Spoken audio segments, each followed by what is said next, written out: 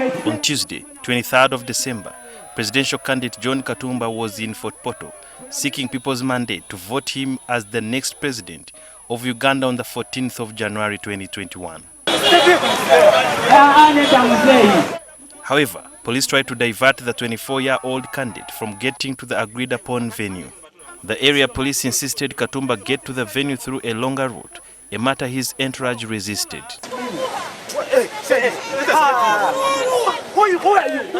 As the situation developed, plainclothes men intervened to try and whisk away Katumba, but met resistance from his security detail.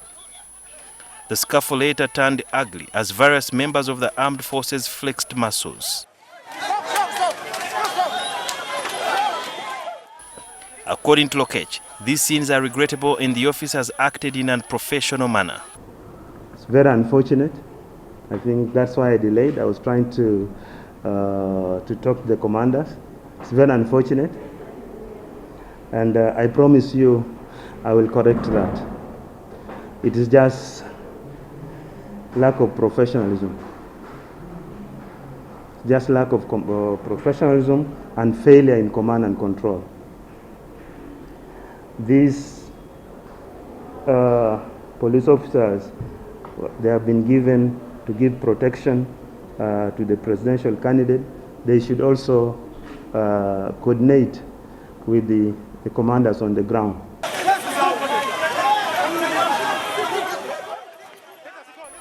According to security expert Grace Masco, the officers guarding Katumba had no option but protect their principal.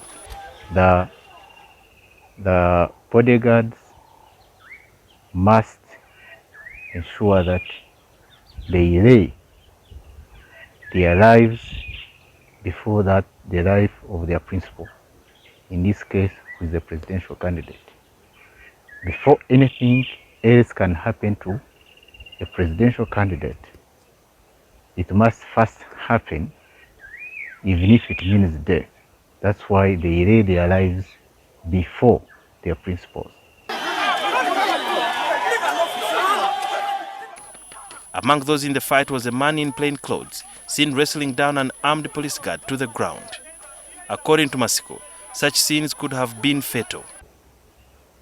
That in event of any mismanagement of those weapons, there can be death, either by a candidate, the bodyguards, or even the police that came in to intervene.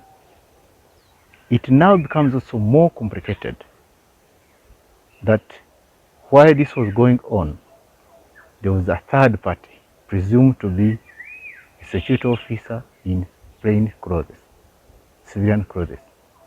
This now compounds the anxiety, the situation. It makes the bodyguards get more concerned because this other party, they didn't know, most probably. The Electoral Commission says that investigations into this incident are underway.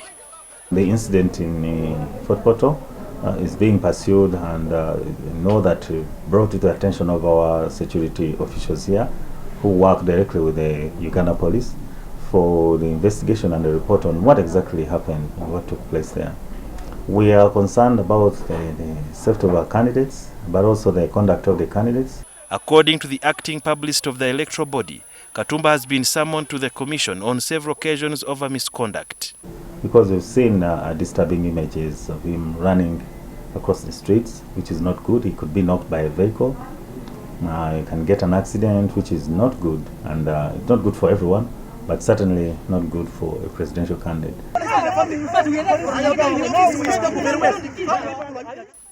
Katumba's incident is not the first one involving a presidential candidate.